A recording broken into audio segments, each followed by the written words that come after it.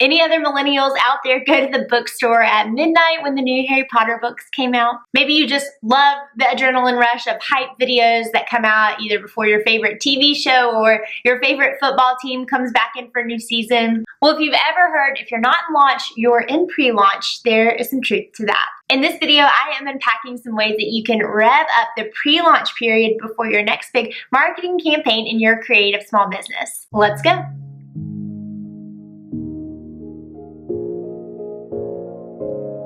Hey there, I'm Ashlyn, and as a conversion copywriter and brand and launch strategist, I have helped dozens and dozens of clients launch their services, launch their products or their new websites, and I've also launched my own services and products in order to build a $500,000 copywriting business. And a huge secret, I am a big believer in the value of a pre-launch. Your pre-launch plays a significant role in how people are even going to understand or come to know your offer, your service, or your product before they get it in their hands. Hit that like button below if you're ready to talk about pre-launch, or if you're also just a Harry Potter nerd like me and stood in line a few times. And while you're down there, hit the subscribe button and the bell next to it so you will be in line and in the family to know when these videos drop every single week. Number one, build buzz and plant seeds with an editorial calendar. Now, I've talked a lot about your overall marketing campaigns and your editorial calendar in some of my more recent videos, but this is a big part of your launch. I have definitely more than once hopped on my 1-hour coaching sessions with clients,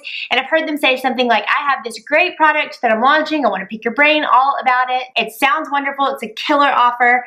And then I start to ask a few more questions about what does your communication with your people look like now, and we need to park and camp out there. If there's been no sort of priming going on and you're still planning on putting something out there, I mean, you do you and you go for it, but I'm just saying it's going to be better if you push the launch back and spend time developing a really good pre-launch strategy. As far as the number of weeks to count back from your actual go date, then that kind of depends on your offer. And my people inside Prime to Launch know I dig into that a little bit more inside there, but at least take it as a rule of thumb that you're going to need about 2 weeks at least at a minimum before you go into your offer to be in pre-launch mode, usually more. I gathered 6 quick ideas for you that may be worthy of a share in your editorial calendar or marketing plan. Number one, if you have a title yet, or even just the title of a module or a lesson or a piece of the puzzle, go ahead and start sharing that. Number 2, ask your audience to go ahead and help you create the content. The questions feature on Instagram can be great. I use that a lot when I've been building something, and it definitely gets people excited. Co-create it with them and for them. Let them tell you what they want to see in it. 3, testimonials from your beta students, more on that in a minute, and your clients. Number 4, any new imagery you have for your offer or a piece of it. And number 5, definitely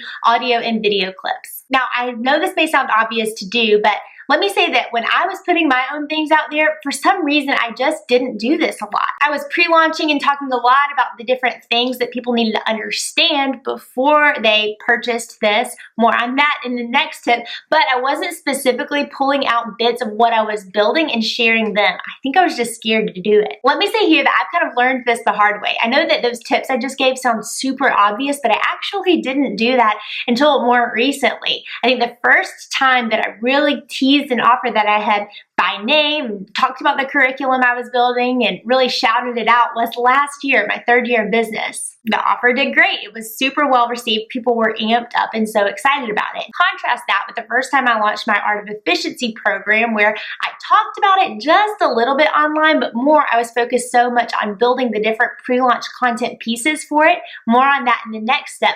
But what I left out here was really talking about the offer by name and talking about what the transformation was going to be, what they were going to learn. I was proud of what I was building. I should have talked about it a little bit more, mentioned what was going inside of it.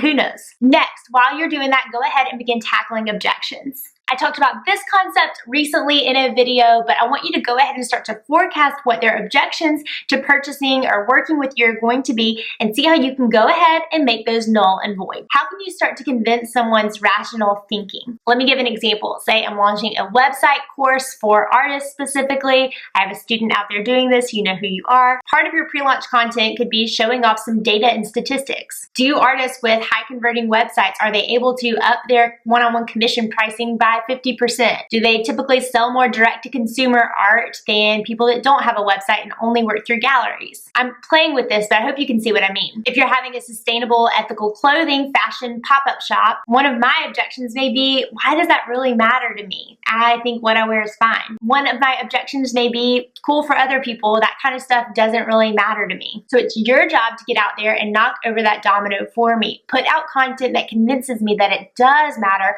where I vote with my dollar and what I spend my money on. Part of your pre-launch is educating me about that. Next, get them used to the pace of the email marketing that will probably happen during your launch. I don't care how big your social media following is, this also goes without saying that I want you to focus on your audience building when it pertains to your email list before a launch. It's just a lot easier to measure the statistics of how many people may purchase when we're looking at your email list and those kind of open rates and click-through rates as opposed to just your social media engagement rates. Your email list is warmer and hotter. Emails typically enjoy a median open rate of 17% and a click-through rate of 1.4%, which is a lot higher than your social media rates. And by going ahead and getting people into a rhythm of hearing from you, that's priming too. Remember how I said earlier when I'm asking people what's been going on with your list before we move into launch, I'm really listening to see what they'll say there? This is where it matters. Obviously, you don't want to go from absolute crickets to popcorn conversation all the time in my inbox. An idea that you may want to try is ramping up your pace of emails. So if you typically send one a month, then definitely double or even triple that.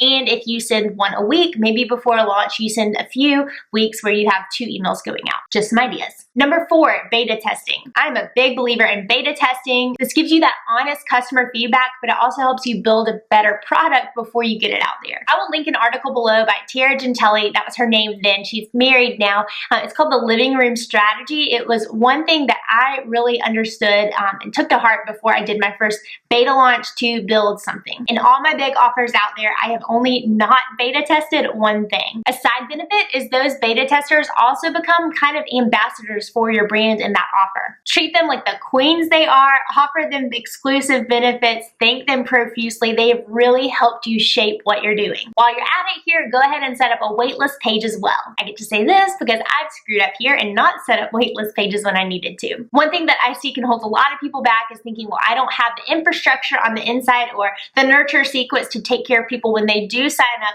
for the waitlist to lead to this offer. And let me just say from experience, that's okay. Do it anyway. Set up that waitlist page and go ahead and start collecting emails, even if you are going to maybe not do as best of a job as you want to and get everything ramped up on the inside with them receiving emails. Hope that makes sense. And finally, set goals and metrics. If you can't measure something, you can't improve it. Now, in a recent video, I also talked a lot about the value of setting your expectations before you go into a launch, because I think otherwise you'll get on the back end of it and say something like, it just didn't go as well as I thought. And again, whenever somebody says that to me, I just want to say, okay, but what were you expecting? Let me give you some examples of some metrics you could set. You can set a sales goal. For example, we will have 70 new members of this program by the end of the next month. Or I will book myself for the 9 one-on-one client spots that I have in quarter 2. It can be leads focused. For example, by the week after launch, I will have 200 new subscribers. Another goal could be social media focused. I have found every time